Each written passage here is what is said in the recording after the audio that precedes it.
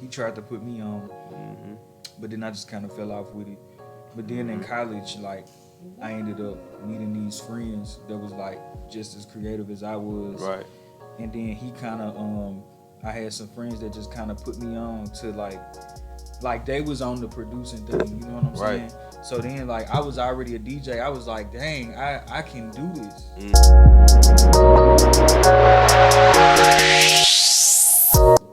He tried to put me on, but then I just kind of fell off with it. But then in college, like, I ended up meeting these friends that was like just as creative as I was. Right. And then he kind of, I had some friends that just kind of put me on to like they was on the producing thing. You know what I'm saying? So then, like, I was already a DJ. I was like, dang, I can do this. Like, this is already kind of me. But it was fun though. Yeah. You know what I'm saying? It wasn't even like it was, cause you, like you said, you was 12 when you started playing with it. And man, so since we on this topic, you know what I'm saying, I gotta bring this up. Back at, this what we call our grandma, but G-Mama. Back at G-Mama crib, you know what I'm saying, we used to, you know what I'm saying, be on the Virgin Mobile. You remember them days, boys? We was on the Virgin Mobile. I'm talking about back when we had them voice memos. I'm talking about recording a beat like that. We used to be on the voice memos, recording a beat, and everybody spit their little verse on it. That was our studio. That was really our studio back then. You know what I'm saying? And my man's really stuck with it and took off from that point. So I'm glad to see that, for real. I'm glad to see that you really like. I mean, how old was you back then? Bro, we was really like young 10. with that. You was like 10. I don't even know. We was Something young like with that, like with the Virgin. I say I had my Virgin Mobile, my first Virgin Mobile at like 9. But I do remember it's like just still like being. I mean, we used to do a lot of stuff. I remember Darius used to be the one that wanted to, you know, record the movies, and he used to get shouts out to Cuzzo. Right. Yeah, he used to be the one. We used to do the movies and stuff. Them just still up on YouTube. Yeah, they are still up. You know what's funny? You know what's funny? Y'all know what's real funny? You might have to tag that. That's crazy. I will tag it. I'ma tag it. I'ma tag it. I'ma definitely tag bro. it. We've been doing this. But I done showed all my friends that. Like every time, like, bro, when I done went around the country, like in New York, that's what's like up. I would show that to my friends. Like, y'all look at this dumb stuff I did when I was 9. These are all my cousins. We country as hell, like, and folks would be cracking up off the dirt, like, folks would be dying laughing off this shit. That's what's up, bro. Cause we had them Nerf guns, but we had them effects. But it was like, it was crazy. You had the yellow and orange shit. Yeah, bro, for real. We did that, man. Nah, bro, that junk probably a blow up nowadays. Hey, man, to be honest with you, I will say, my man Darius, he did probably, you know, put that in a light for me to where I was like, damn, this shit is kind of like fun. I mean, you know, music has always been there, but as far as like what we talking about, not really acting, I'm saying, but you know, everything kind of coming together as far as music, and that does kind of go into acting. But once he was starting to edit videos and stuff like that, because you know, this nigga like 10 years old. Well, he ain't that much older than me. He might got 5-6 years on me, but probably like he got 10 on you, maybe something like that.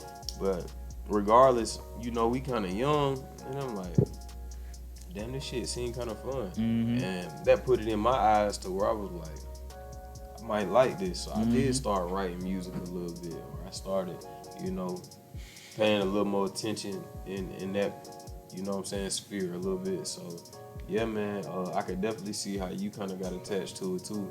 Yeah, and also like I also follow like in that range, you know, like acting, cause like I was in like a program for like 6 years, and it's called MBAA. It's in Memphis, and like they really taught me like a lot about like the arts behind acting and stuff like that. Right. So you like acting? Yeah, man. You should definitely dig into that a little bit more, for real. I was doing commercials too. Yeah. That's a good thing. Yeah, that's what's up.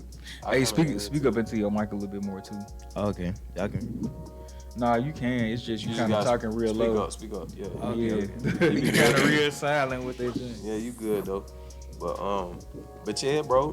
This is definitely something that I definitely could have seen a while ago. Cause I feel like, nigga, shit in your blood. You know what I'm saying? But you really like took off with it. You know what I'm saying? And I can see the passion with it. So definitely stick with it. But so let's get more into my nigga said he's an engineer. Oh yeah. My nigga said he's an engineer. That's like, you know what I'm saying? That should have been at the top of the list. This ain't no light shit. This ain't no light shit, y'all. My nigga's an engineer. You feel me? Let's talk a little bit more about that. You know what I'm saying? Like, what made you pick that major, and you know what I'm saying? Like, what does that entail? I enjoy it. I mainly picked it because it kind of fit along the lines of just who I felt like I was always a person that wanted to build stuff from the ground up. Like, I always used to move that way. Like, in a lot of ways, like, I used to always just, even when I was younger, like, I would play with Legos and stuff and build stuff all the time from scratch. Like, I always used to be that type of person, and I feel like engineering will open me up to just being able to do that on a grand scheme with not just like a company that I'm working for, but with my life. Like, it's like you don't really just have to apply it to, you know what I'm saying? Like, I know some people get engulfed in just getting a job and applying their skills at work, and you know what I'm saying, just coming home and just willy-nilly. But I wanted to see, like, okay, how can I use this? How can I be an engineer and not just work as an engineer? There's a complete difference from that. I feel like personally, as a scheme. As a person, like, there's a huge difference between just working at something and actually applying stuff to your life. You know what I'm saying? You know what I'm saying? And I feel like that's also explained when people say, like, being book smart and street smart is two completely different things, because you can know a lot of stuff, but like, you might not really be applying it, and you might not really be like using it to actually benefit you. Like, because I honestly say, like, my GPA was low as hell in college. Like, I graduated with a low ass GPA. I don't believe and that. The thing about it, here's the thing about it. The thing about it is, it wasn't that I wasn't smart. It wasn't that I was stupid and that I didn't understand the material. I could talk about engineering for days. I could talk about strengths and all of that for days. But, like, at the same time, the way that they were, the way that my school was set up was tests was the most important thing. So when it comes to your grading scale, your exams take up for 80% of your entire grade. And your homework and all of your classwork or whatever else they got you doing is only probably worth like 10%, 20%. But that's the majority of the work. That's the majority of the work. You only taking like 3 exams, right? Exactly. But they trying to weed out the weak ones. That's what they do. That's what they call it. They call it weeding out. Like, they want to weed you out. And so, like, the thing about it was, I used to understand the concepts. I'm not a good memorizer. I can understand conceptual stuff. I can explain a concept to you, but I cannot memorize every single goddamn variable, what this conversion means. I mean, not means, but like the numbers. I can tell you what something means, but I might not be able to tell you off the top of my head, like, okay, an inch is 2.4 centimeters. Sometimes I might forget that. Obviously, yeah, and but they know that. Exactly, but they would use that against me, and it was just like some exams I would have to memorize a lot of stuff, and a lot of that stuff I felt like should not have been necessary for me to memorize. I shouldn't have had to memorize that, and I realized that in the real world, a lot of that stuff I don't even use. And also, like, that part, like, the system is like kind of like. The school system, to me, is definitely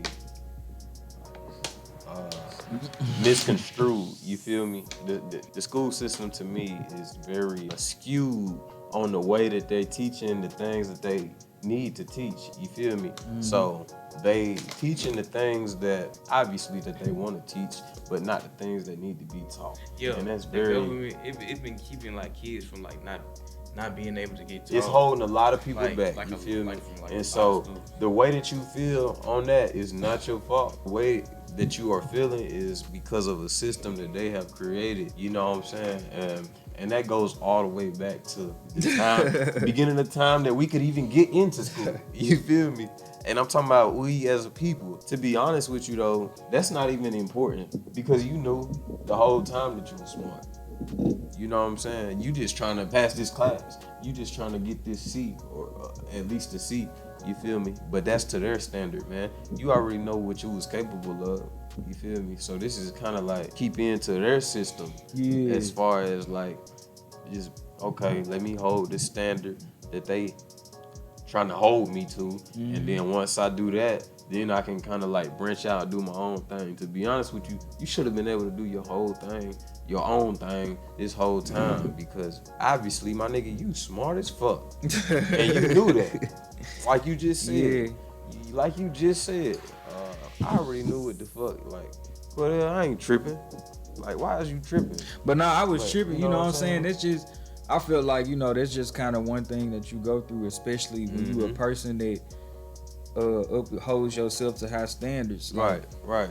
I feel like one of the side effects of holding yourself up to it is being on your own ass, like in a lot of ways. But even to their standard. Even to their standard. Yeah. But I know what you're saying. But at the same time, I kind of realized, like, once I kind of learned how the actual corporate world worked, I knew that like my grades wasn't really that much of a big deal.